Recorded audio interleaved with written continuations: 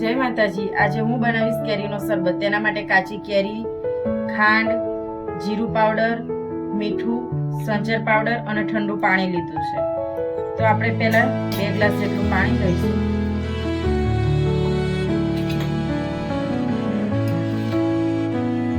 અને તેમાં ખાંડને મિક્સ કરીને ઓગાળી લઈશું।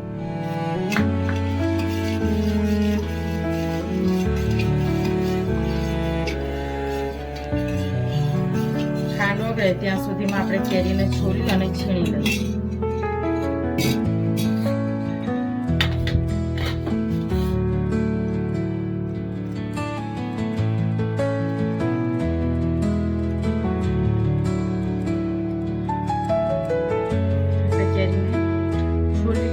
હવે તેને છીણી લઈશું।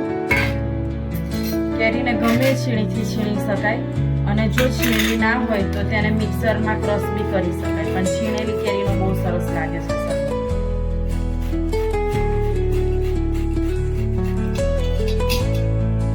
આપણી કેરી છીણાઈ ગઈ છે। હવે તેને શરબત ખાંડનું પાણી પણ ઓગળી ગયું છે, એમાં આપણે મિક્સ કરીશું।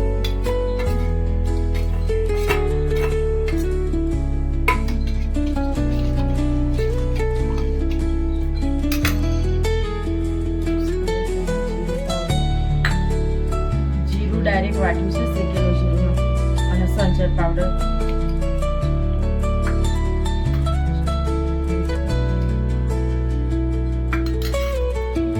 બધું મિક્સ કરી લઈશું। કેરી નાખ્યા પછી એને 5 મિનિટ માટે મિક્સ કરવાનું, એટલે કેરીની ખટાશ બધી લીંબુ શરબતમાં સરસ રીતે આવી જશે।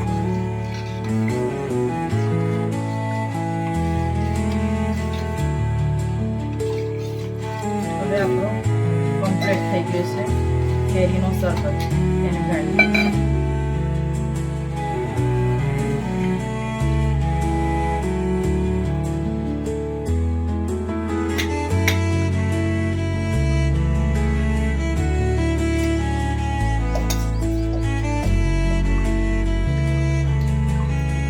કેરીનો છે બધું રસ લઈ લેવાનું।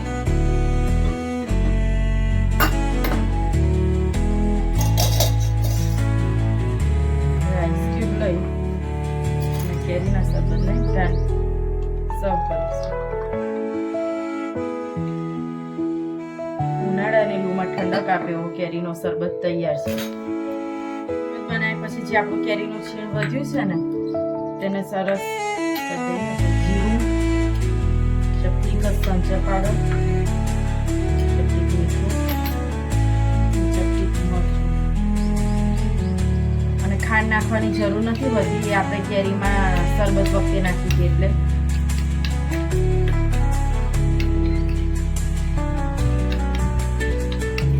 એકદમ ઠંડુ ઠંડુ કેરીનું છીણ ખાવા માટે તૈયાર છે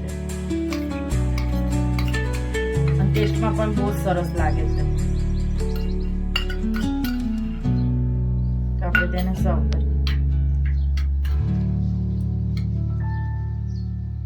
ઉનાળાની ગરમીમાં લૂથી બચવા માટેનું કેરીનું શરબત તૈયાર છે। તો અમારી રેસીપી તમને ગમી હોય તો લાઈક કરો, શેર કરો અને સબસ્ક્રાઈબ કરો યુટ્યુબમાં જોતા હોય તો, અને ઇન્સ્ટાગ્રામમાં જોતા હોય તો અમારી ચેનલને ફોલો કરો। જય માતાજી।